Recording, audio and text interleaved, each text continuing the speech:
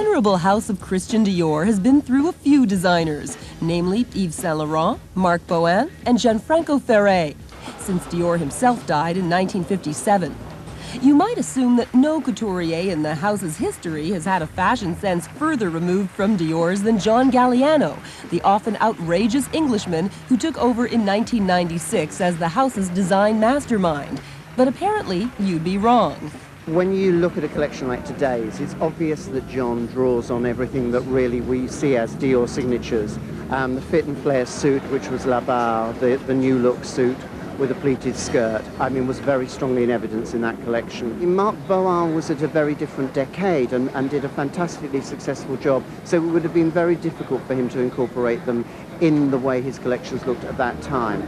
But Gianfranco Ferré, to a certain extent, particularly in the early days, with his love of flowers and the soft chiffons and everything, did use that kind of look. But John's the one who's strongest in the past and the one who's most influenced by the history of fashion. And therefore, for him, he's the easiest one to take the direct link. I was in the right place, but I must have been the wrong time. Man, he was in a bad place, but I'm having such a good time. As if to confirm his ties to the past for the first time since he took the helm at Dior, Galliano showed the collection at the house's long-standing Parisian headquarters. So in some respects, it was similar to seeing a Dior show way back when, and in other ways, it wasn't. Clothes were shown in complete silence in the old days. Unfortunately, I am old enough to remember.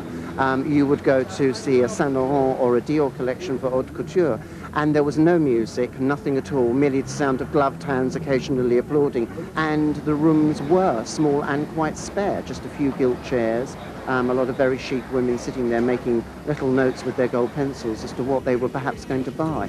Get I was in the right place, but I must have been the wrong time. I was in the right thing, but I must have used the wrong line.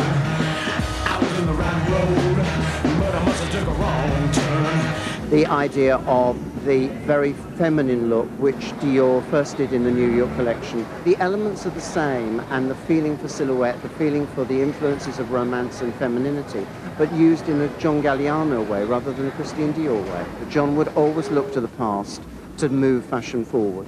Yeah!